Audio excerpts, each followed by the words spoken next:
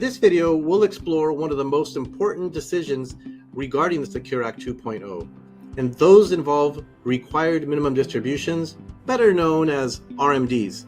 Now, we know RMDs historically as those pesky distributions that the government makes you take out of your IRA and other types of retirement accounts like 403Bs and 457s and 401Ks if you're no longer working. When you do so, you incur additional taxable income even if you don't need the money.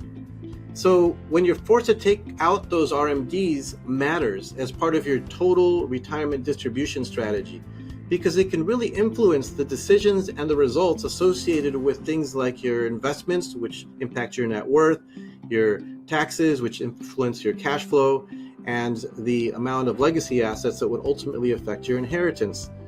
Now, regarding the Secure Act 2.0 and RMDs, there are three groups of people that should know about this. And just to keep it simple, let's break it down based upon the year that you were born. Number one, people born in 1950 or prior to 1950.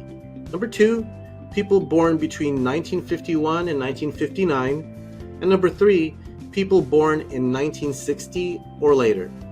All right, let's break it down one at a time. Now, if you were born prior to 1950, guess what? This doesn't really affect you at all. So why is it important for you to know about this? Well, likely you already started taking your RMDs last year or sooner, and I want to make sure that you know to continue to do so going into 2023. In other words, don't listen to your brother-in-law and make changes just because that's what he's doing for himself. You'll start hearing about other people who don't have to take RMDs in 2023 or until later, and that doesn't apply to you. So don't make a costly mistake and stop your distributions inadvertently. Next, people born between 1951 and 1959. You're in luck because the government really likes you, and in fact, they're giving you one more year to begin taking your first RMD at age 73 instead of age 72. To be clear, therefore, there's no new RMDs for anyone turning age 72 this year based upon your age. However, I'd be remiss if I didn't mention that there is one exception to this rule as far as not having to take your first RMD in 2023.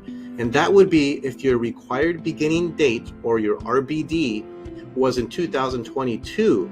And for one reason or another, you decided to postpone your first RMD. Last year, you postponed it until this year, which you have the ability to do with your first RMD. So you still need to take your first and your second RMD in 2023 for 2022 that you postponed, and now again for 2023. So don't overlook that if you fall in that camp. Finally, people born after 1960, you get an even better deal. The government not only likes you, they love you. Your RMDs are pushed back in 75. All right, so now comes the important question. Should you wait? And there is no hard and fast rule on this. In fact, it's going to really depend upon your own situation, what's most important to you about money, and how you think about these items, not just for yourself, but for the family and the people that you love. So because of that, it's really important that you either, if you have the time, knowledge, and desire to do this on your own, you start with an assessment. If you don't, you contact your tax advisor, your investment advisor, your financial planner, anybody who is serving as your key contact to help you make these decisions. And you create an assessment, not just pertaining to your investments, but also pertaining to your cash flow, your taxes, your inheritance, and what some of these decisions might influence you if you decide to wait.